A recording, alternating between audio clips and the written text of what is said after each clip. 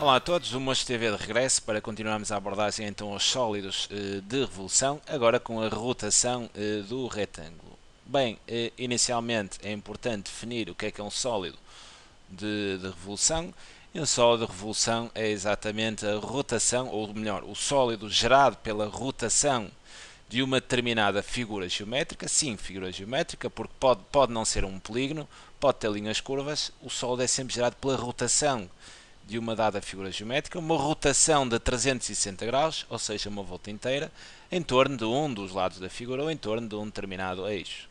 Okay? Isso é que é exatamente um sólido de revolução.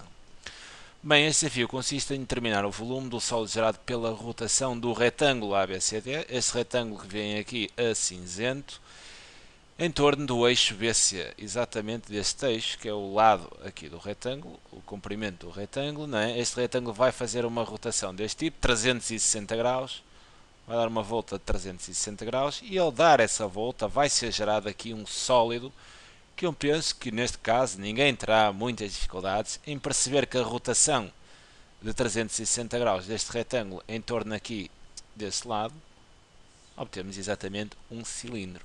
Ok? Reparem que aqui o retângulo rodando então 360 graus obtém exatamente aqui este cilindro.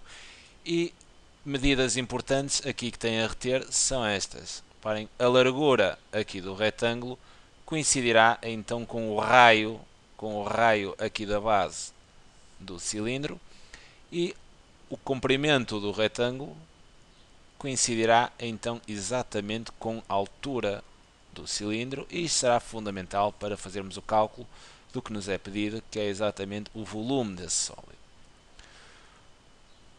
Bem, vamos então fazer o cálculo do volume.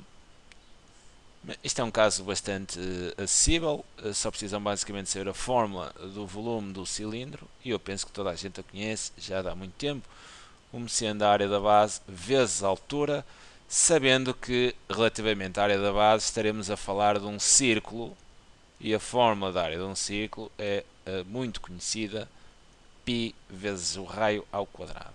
Okay? Sabemos então aqui estas medidas, AB, sabemos aqui AB são então 2 cm, e de C até B, ou seja, esta altura toda, são 5 cm. O comprimento do retângulo cá de ser então a altura do cilindro. Bem, fazendo então aqui o cálculo, temos que o volume de cilindro é igual à área da base. É importante então fazermos o cálculo da área da base. Podem fazê-lo individualmente ou então metê-lo aqui. O que eu costumo fazer é sempre em cálculo auxiliar, trabalhar então aqui o valor da área base, para não estar a encher depois a fórmula com demasiadas coisas. Okay? Bem, a área da base é π vezes o raio ao quadrado, então 2 ao quadrado. Então, daqui podemos dizer que a área da base é igual a 2 ao quadrado, são 4, então temos 4π centímetros quadrados.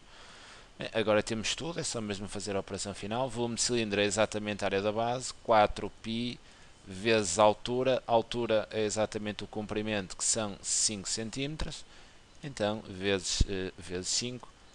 Então podemos dizer que o volume do cilindro, 5 vezes 4 são 20, são 20π centímetros cúbicos. Okay?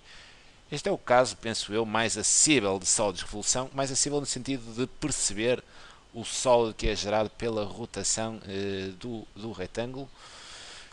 Fica então aqui a sugestão de resolução para este caso. Continuem ligados, porque vamos fazer mais vídeos sobre sólidos de revolução e cálculo desses volumes. Vídeos bem interessantes sobre figuras interessantes que vão fazer rotações e gerar então sólidos de revolução. Fica então aqui a sugestão. Mais uma vez, um grande abraço. Continuem ligados, porque continuaremos no ar. Ok? Fiquem bem.